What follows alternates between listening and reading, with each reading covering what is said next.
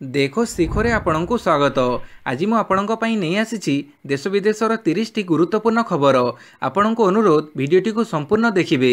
Number 1 मे 6 रु जून 19 जाए खरा छुट्टी पे बंद रहिबो स्कूल। गणशिक्षा विभाग कैलेंडर प्रकाश। विद्यालय गणशिक्षा विभाग पक्षर चलित शिक्षा वर्ष एकाडेमिक कैलेंडर प्रकाश पाई। एकाडेमिक कैलेंडर अनुଯାୟୀ मे 6 रु जून 19 तारीख जाए खरा छुट्टी स्कूल बंद रहिबो। ओसेवा पक्षर प्राथमिक और माध्यमिक श्रेणी पर शिक्षा कैलेंडर प्रकाश करा जायछि। शिक्षा कैलेंडर को कड़ाकड़ी पालन करने लगी समस्त जिला शिक्षा अधिकारी को निर्देश दि जायछि। चलित शिक्षा वर्ष में 52टी रविवार रही। एथिस 80टी पूजा और विभिन्न छुट्टी रही। अतिरिक्त 2टी छुट्टी रखा जायछि। 271टी कार्य दिवस अछि। अर्थात शिक्षक माने 231 दिन स्कूल आसिबे। शिक्षा कैलेंडर को पालन करने को समस्त जिला शिक्षा अधिकारी को कह जायछि।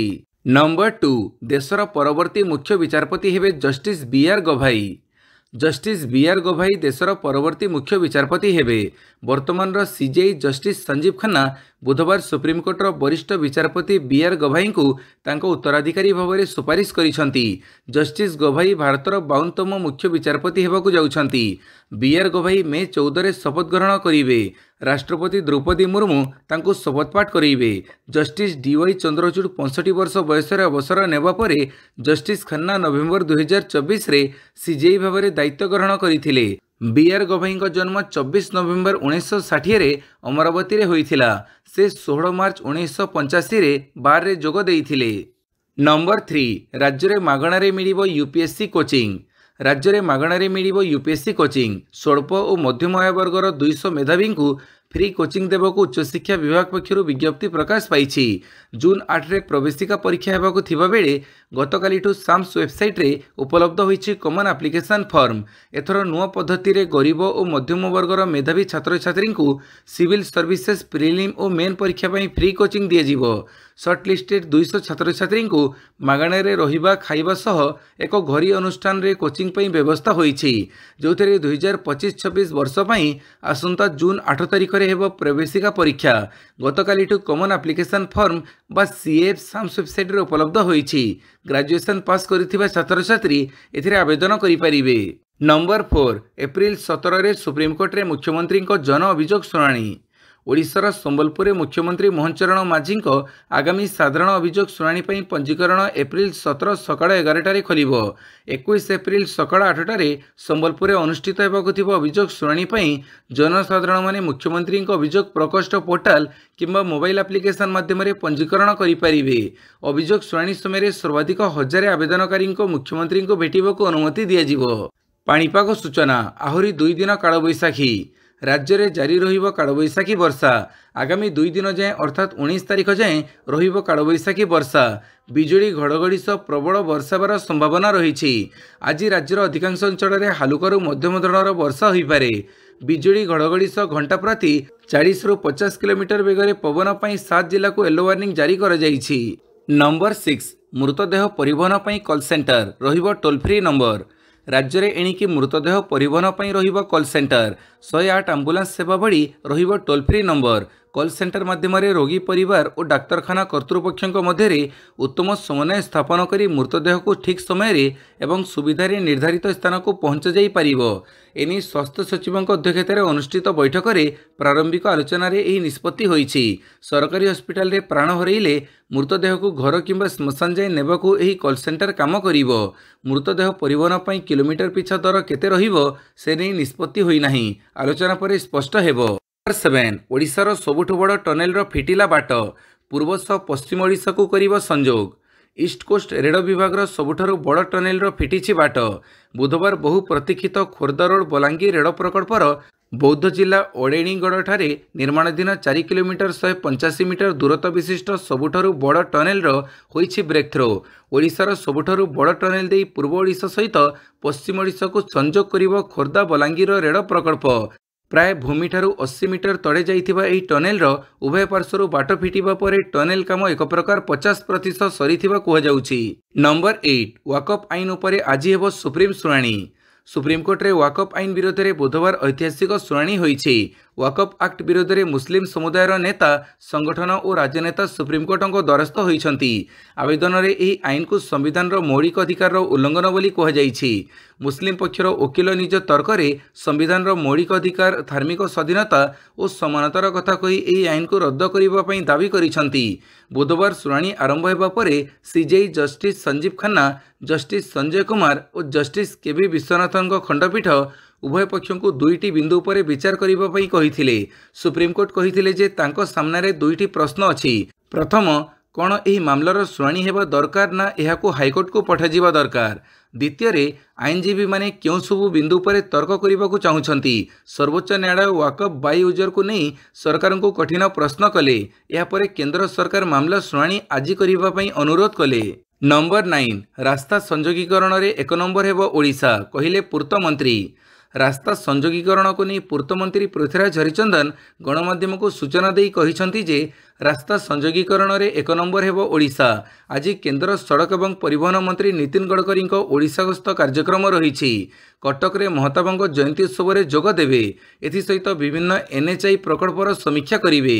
यह गस्तरे बरमुंडा ग्राउंड रे अनुष्ठित कार्यक्रम में जोगदे 4000 कोटी 19 प्रकल्पर शिलान्यास उद्घाटन करेंगे केन्द्रमंत्री। यासह 13टी जातीय राजपथ प्रकल्प 2905 कोटी शिलान्यास करेंगे। 427 कोटीर 4टी सीआरआईए ब्रिज शिलान्यास करिवार कार्यक्रम रही बोली पूर्तमंत्री कहिसेंती। नंबर 10, लक्षपति दीदी सृष्टि करिबारे समग्र देश में प्रथम है ओडिशा। लक्षपति दीदी सृष्टि करिबारे समग्र देश में ओडिशा है प्रथम। अनुमोदित लक्ष्यर 82% पूरण करिछि ओडिशा। केंद्र सरकार द्वारा प्रचलित ग्रामीण महिला मानकु स्थायी जीविका जोगई देई वार्षिक 1 लाख किंबा अधिक रोजगार करने को सशक्त करुवा लक्षपति दीदी योजना रे ओडिशा आज भारत में प्रथम स्थान हासिल करिछि। एही प्रयास को ओडिशा रे मिशन शक्ति विभाग अधीन रे ओडिशा जीविका मिशन ओएलएम द्वारा कार्यकारी करा जाइछि। केंद्र प्रायोजित जातीय ग्रामीण विकास मिशन एनआरएलएम रो लक्ष्य सहित कार्यकारी करा जाइछि। नंबर 11, साइनबोर्ड रे उर्दू विरोध रे आवेदन को खारज कले सुप्रीमकोर्ट। महाराष्ट्र एक पौरपालिकार साइनबोर्ड रे उर्दू भाषा व्यवहार को विरोध करी होइथिबा आवेदन को प्रत्याख्यान करिसेंती सुप्रीमकोर्ट। से चेतावनी दैछंती जे भाषा विभाजनर कारण हेबा उचित नुहे एवं भारतर भाषागत विविधता को प्रशंसा करा जिबा उचित।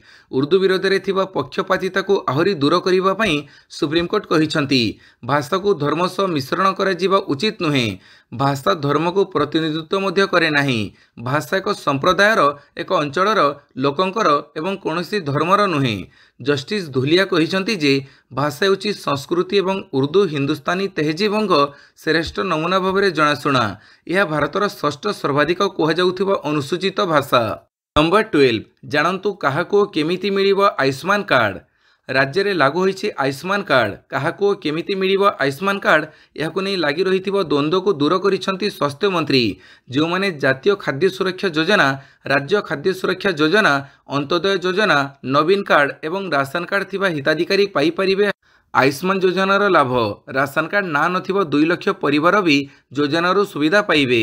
एही योजना अंतर्गत राज्य में 70 वर्षर ऊर्ध्व 23 लाख अधिक लोक हेबे उपकृत। 6 लाख को ऑनलाइन रे मिलिबो कार्ड। 70 वर्षर अधिक इनकम टैक्स देउथिले लोकमानकु मध्ये मिलिबो आयुष्मान कार्ड। जातीय खाद्य सुरक्षा योजना अधीन रे थिले भी मिलिबो कार्ड। पुराना बीएसकेवाई कार्ड देखिले भी हॉस्पिटल रे चिकित्सा मिलिबो। नंबर 13, खूब शीघ्र श्रीमंदिर सुरक्षा व्यवस्थार दायित्व स्वतंत्र सुरक्षा बाहिनी हाथ में। खूब शीघ्र श्रीमंदिर सुरक्षा व्यवस्थार दायित्व श्रीमंदिर स्वतंत्र सुरक्षा बाहिनी हाथ में रहिबो। भक्त माने किभଳି श्रृंखलित भाव दर्शन करिपारिबे ताहा मध्य श्रीमंदिर स्वतंत्र सुरक्षा बाहिनी दायित्व में रहिबो। तेबे सरकारक एभଳି पदक्षेप को भक्त सेवायत महल रे स्वागत करा जाइथिबा बेले श्रीमंदिर स्वतंत्र सुरक्षा बाहिनी रे नियुक्त पुलिस कर्मचारी माननकु स्वतंत्र प्रशिक्षण देबाकू वरिष्ठ सेवायत मत रखिछंती। नंबर 14, नुआ रेकर्ड कला सोना। प्रथम थर 96,000 पार। युद्ध, शुल्क चाप और भू राजनैतिक कारणरू सुनादाम प्रतिदिन रेकर्ड भांगुछि। बुधवार 24 कैरेट सुनादाम रे 1387 टंका वृद्धि पाई रेकर्ड करिछि। 22 कैरेट सुनादाम 90,000 पाखापाखि पहुंची थिबा बेले 24 କ୍ୟାରେଟ୍ ସୁନା ଲକ୍ଷେ ପାର ହେବାକୁ ବସିଛି। 16 ଏପ୍ରିଲରେ ସୁନା ମୂଲ୍ୟ ସର୍ବକାଳୀନ ଉଚ୍ଚ ସ୍ତରରେ ପହଞ୍ଚିଛି। India bullion and jewellers association ଅନୁଯାୟୀ ବୁଧବାର 24 କ୍ୟାରେଟ୍ ସୁନାରେ 1387 ଟଙ୍କା ବୃଦ୍ଧି ପାଇ 10 ଗ୍ରାମ ପ୍ରତି 94,499 ଟଙ୍କା ହୋଇଛି। ଏହା ପୂର୍ବରୁ IBJରେ ଏହାର ମୂଲ୍ୟ 93,102 ଟଙ୍କା ଥିଲା। ସେହିଭଳି 10 ଗ୍ରାମ 22 କ୍ୟାରେଟ୍ ସୁନା ମୂଲ୍ୟ 88,150 ଟଙ୍କା ହୋଇଥିବା ବେଳେ ମଙ୍ଗଳବାର ଏହା 87,250 ଟଙ୍କା ଥିଲା। ନମ୍ବର 15 ଭାରତୀୟ ରେଳବାଇର ନୂଆ ବ୍ୟବସ୍ଥା ଟ୍ରେନ୍ ଭିତରେ ମିଳିବ ATM ସେବା। ଟଙ୍କା ଉଠାଇବା ପାଇଁ ଆଉ ଷ୍ଟେସନରେ ଓହ୍ଲାଇବେ ନାହିଁ ଯାତ୍ରୀ। ଏବେ ଟ୍ରେନ୍ରେ ହିଁ ଆରାମରେ ଟଙ୍କା ଉଠାଇ ପାରିବେ ଲୋକେ।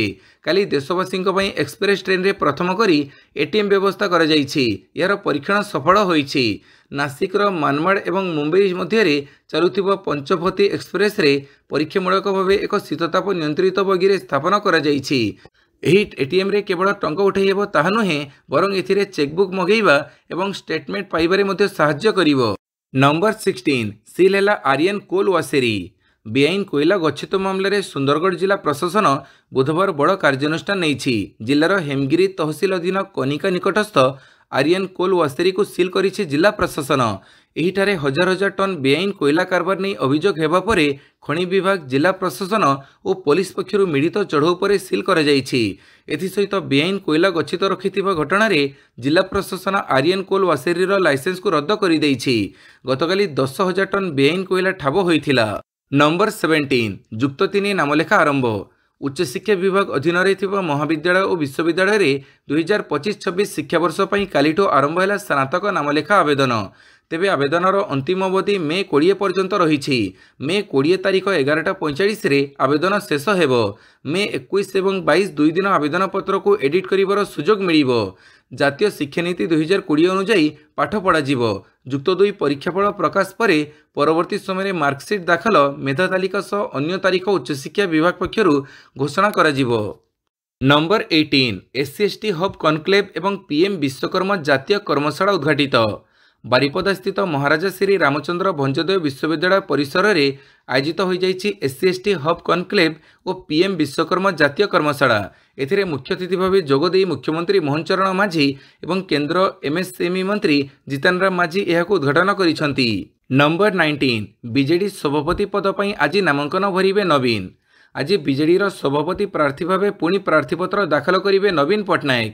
ଅନ୍ୟ କେହି ବିଜେଡି ସଭାପତି ପଦ ଲାଗି ନାମାଙ୍କନ ଭରିବାର ସମ୍ଭାବନା ନଥିବାରୁ ସେ ପୁଣି ଥରେ ବିଜେଡି ସଭାପତି ହେବା ନିଶ୍ଚିତ ବୋଲି କୁହାଯାଉଛି। 19 ତାରିଖରେ ଘୋଷଣା ହେବ ନୂଆ ସଭାପତିଙ୍କ ନାଁ। ଖୁବ୍ ଶୀଘ୍ର ଘୋଷଣା ହେବ ରାଜ୍ୟ ପରିଷଦ କାର୍ଯ୍ୟକାରିଣୀ। ନମ୍ବର 20 ଟ୍ରମ୍ପଙ୍କୁ ପ୍ରଶ୍ନ କରିବା ଏବେ ସହଜ ନୁହେଁ। ଗଣମାଧ୍ୟମ ନୀତି ବଦଳିଲା ହ୍ୱାଇଟ୍ ହାଉସ୍। ହ୍ୱାଇଟ୍ ହାଉସ୍ ମଙ୍ଗଳବାର ଗଣମାଧ୍ୟମ ନିୟମ ପରିବର୍ତ୍ତନ କରି ଏକ ନୂତନ ନୀତି ଘୋଷଣା କରିଛି। ଏହି ଘୋଷଣା ପରେ ଅନ୍ତର୍ଜାତୀୟ ଗଣମାଧ୍ୟମ ସଂଗଠନଗୁଡ଼ିକୁ ଏବେ ଆମେରିକା ରାଷ୍ଟ୍ରପତି ଡୋନାଲ୍ଡ ଟ୍ରମ୍ପଙ୍କ ନିକଟରେ ପହଞ୍ଚିବା ପାଇଁ ଅଧିକ ଅସୁବିଧାର ସମ୍ମୁଖୀନ ହେବାକୁ ପଡ଼ିବ। ନୂତନ ନୀତି ଅନୁଯାୟୀ ରାଷ୍ଟ୍ରପତି ଟ୍ରମ୍ପଙ୍କୁ କିଏ କିଏ ପ୍ରଶ୍ନ ପଚାରି ପାରିବେ ତାର ନିଷ୍ପତ୍ତି ହ୍ୱାଇଟ୍ ହାଉସ୍ ପ୍ରେସ୍ ସଚିବ କାରୋଲିନ୍ ଲେଭିଟ୍ ନେବେ। ଏହି ନିୟମ ହ୍ୱାଇଟ୍ ହାଉସ୍ର Oval Office, press briefing room ଏବଂ ରାଷ୍ଟ୍ରପତିଙ୍କ ସ୍ୱତନ୍ତ୍ର ବିମାନ ଏୟାରଫୋର୍ସ 1 ପାଇଁ ମଧ୍ୟ ଲାଗୁ ହେବ। ପ୍ରଶାସନର ଦୃଷ୍ଟିକୋଣକୁ ବିକୃତ ନ କରିବା ପାଇଁ ଏବଂ କେବଳ ଦାୟିତ୍ୱବାନ ସାମ୍ବାଦିକମାନଙ୍କୁ ପ୍ରଶ୍ନ ପଚାରିବାକୁ ଅନୁମତି ଦେବା ପାଇଁ ଏହି ପଦକ୍ଷେପ ନିଆଯାଇଛି ବୋଲି ହ୍ୱାଇଟ୍ ହାଉସ୍ କହିଛି। ନମ୍ବର 22 AI ସାହାଯ୍ୟରେ ବିଶ୍ୱର ପ୍ରଥମ ଶିଶୁ ହେଲା ଜନ୍ମ। AI ସହାୟତାରେ IVF ସିଷ୍ଟମ ବ୍ୟବହାର କରି ବିଶ୍ୱର ପ୍ରଥମ ଶିଶୁ ଜନ୍ମ ହୋଇଛି। ଏହି ସିଷ୍ଟମ IVFରେ ବ୍ୟବହୃତ ଏକ ସାଧାରଣ ପଦ୍ଧତି, ଯେଉଁଥିରେ ଗୋଟିଏ ଶୁକ୍ରାଣୁ ସିଧାସଳଖ ଡିମ୍ବାଣୁରେ ଇଞ୍ଜେକ୍ଟ କରାଯାଏ। ଏହା ପାରମ୍ପରିକ ମାନୁଆଲ ପ୍ରକ୍ରିୟା ଇଣ୍ଟ୍ରାସାଇଟୋପ୍ଲାଜମିକ୍ ସ୍ପର୍ମ ଇଞ୍ଜେକ୍ସନକୁ ବଦଳିଥାଏ। ଏହି ନୂତନ ପ୍ରକ୍ରିୟା ଏବେ AI କିମ୍ବା ରିମୋଟ ଡିଜିଟାଲ ନିୟନ୍ତ୍ରଣ ମାଧ୍ୟମରେ କୌଣସି ମାନବ ହାତ ବିନା ICSI ପ୍ରକ୍ରିୟାରେ ସମସ୍ତ 23ଟି ପଦକ୍ଷେପ ସମାପ୍ତ କରିପାରିବ। ଏକ ଆମେରିକୀୟ ପ୍ରଜନନ କ୍ଲିନିକରେ AI ପ୍ରଯୁକ୍ତିବିଦ୍ୟା ସାହାଯ୍ୟରେ ସର୍ବୋତ୍ତମ ଭ୍ରୂଣ ଚୟନ କରାଯାଇଥିଲା। ଏହି AI ଦ୍ୱାରା ଚୟନ କରାଯାଇଥିବା ଭ୍ରୂଣକୁ ମହିଳାଙ୍କ ଗର୍ଭାଶୟରେ ପ୍ରତ୍ୟର୍ପଣ କରାଯାଇଥିଲା, ଯାହାର ପରିଣାମ ସ୍ୱରୂପ ଏକ ସଫଳ ଗର୍ଭଧାରଣ ଏବଂ ଏକ ସୁସ୍ଥ ଶିଶୁର ଜନ୍ମ ହୋଇଥିଲା। ନମ୍ବର 22 AI ସାହାଯ୍ୟରେ ବିଶ୍ୱର ପ୍ରଥମ ଶିଶୁ ହେଲା ଜନ୍ମ।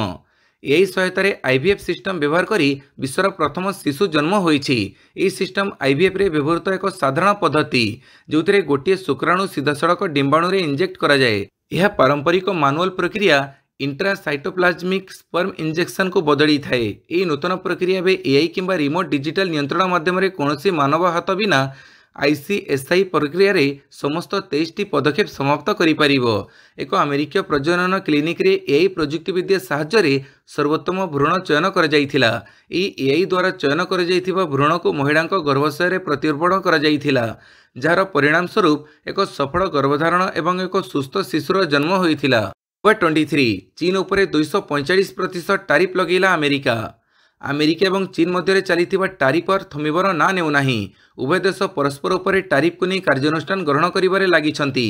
गत 2 एप्रिल रे अमेरिका राष्ट्रपति डोनाल्ड ट्रंप चीन उपरे 34% शुल्क लगेइथिबा बेले चीन मध्य अमेरिका उपरे सही समान शुल्क लागू करिछि। एहाकु प्रतिवाद करी अमेरिका सही शुल्क को 34% रु बढ़ई 84 और एहा परे 125% को वृद्धि करिथिला। एहाकु नहीं चीन प्रतिक्रिया देबा परे वर्तमान अमेरिका एही शुल्क को 245% को बढ़ई देइछि। नंबर 24 माओवादी बड़ योजना पंड 5टी टिफिन बोमा जबत। पंड है माओवादी बड़ योजना 2टी टिफिन बोमा जबत कले सुरक्षाकर्मी। छत्तीसगढ़ बीजापुर जिला मानकेली गाँ निकटरू माओवादी खंचिथिबा 5टी टिफिन बोमा ठाब होइछि। 2 ରୁ 5 मीटर दूरता मध्य 2 किलोग्राम ओजनर 3टी बियर बोमा और 2टी टिफिन बोमा जबत होइछि। जवानों को टार्गेट करी एही बोमा खंजा जाइथिला। सुरक्षा बाहिनीर सतर्कता एवं उपस्थित बुद्धि जोगु आईईडी गुड़ी को ठाब होबारे निष्क्रिय करिसंती। सेहीपरि नारायणपुर सीमांत कोंडा गाँव में पुलिस और माओवादी मध्य भीषण गुड़ी विनिमय होइछि। पुलिस एनकाउंटर में 2 हार्डकोर माओवादी निहत होइछंती। नंबर 25 अफगानिस्तान रे शक्तिशाली भूकंप। भूमिकंप थरिला अफगानिस्तान। बुधवार भोरु अफगानिस्तान रे भूकंप अनुभूत होइछि। हिंदुकुश अंचल में भूपृष्ठरु 75 किलोमीटर गभीरतार यह भूकंप सृष्टि होइछि। रिक्टर स्केल रे तीव्रता 5.9 रही। दिल्ली एनसीआर समेत उत्तर भारतर केतेक स्थान में भूकंप अनुभूत होइथिला। यह भूकंप रे दिल्ली एनसीआर अंचल समेत भारतर किछि स्थान में कंपन अनुभूत होइछि। नंबर 26 ओडिशा आईटी प्रमुख मुख्य कमिशनर हेले परमित शतपथी त्रिपाठी। परमित शतपथी त्रिपाठी बुधवार ओडिशा आयकर विभाग प्रमुख मुख्य कमिशनर भाव में दायित्व ग्रहण करिसंती। 1999 बैच भारतीय राजस्व सेवा अधिकारी होउछंती परमिता। से मनोरंजन पाणिग्राही स्थान में नियुक्त होइछंती। मार्च मासरे आयकर विभाग प्रमुख मुख्य कमिशनर पदवी रे तालिकाभुक्त 34 जन भारतीय राजस्व सेवा अधिकारी मध्य परमिता थिले। जड़े प्रसिद्ध लेखिका परमिता तांकर क्षुद्र गल्प संग्रह प्राप्ति पाई 2016 रे साहित्य एकाडेमी पुरस्कार सम्मानित कर जाइथिला, जहाँ 2012 रे प्रकाशित होइथिला। से तांकर साहित्यिक कृति पाई 2021 रे सारडा पुरस्कार मध्य पाइथिले। से 7टी क्षुद्र गल्प संग्रह लिखिछंती। नंबर 27 लॉस एंजेलस ओलंपिक पाई एही स्थान रे खेलाजिबो क्रिकेट मैच। प्राय 128 वर्ष पर 2028 लॉस एंजेलस ओलंपिक्स रे प्रत्यावर्तन करिबो क्रिकेट। लॉस एंजेलस ओलंपिक समय क्यों स्थान रे क्रिकेट खेलाजिबो आईसीसी से स्थानर नाम घोषणा करिछि। एही घोषणा अनुसार दक्षिण कैलिफोर्नियार पोमेना सहर ओलंपिक क्रीडा रे क्रिकेट मैचर आयोजक हेबो। ओलंपिक क्रिकेट प्रतियोगिता रे पुरुष और महिला 6टी लेखाएं टीम अंशग्रहण करिवे। यार आयोजन पोमानर फेयर ग्राउंड रे हेबो। एही सहर ओलंपिक खेलर मुख्य सहर लॉस एंजेलस रु 48 किलोमीटर दूर रे अवस्थित। नंबर 28 वानखेड़े स्टेडियम रे रोहितंक नारे लागिबो स्टैंड। टीम इंडियार सफल अधिनायकों तालिका रे रोहित शर्मा सामिल। रोहितंक अधिनायकत्व रे भारत पहुंचला 2023 ओडीआई विश्वकप फाइनल रे।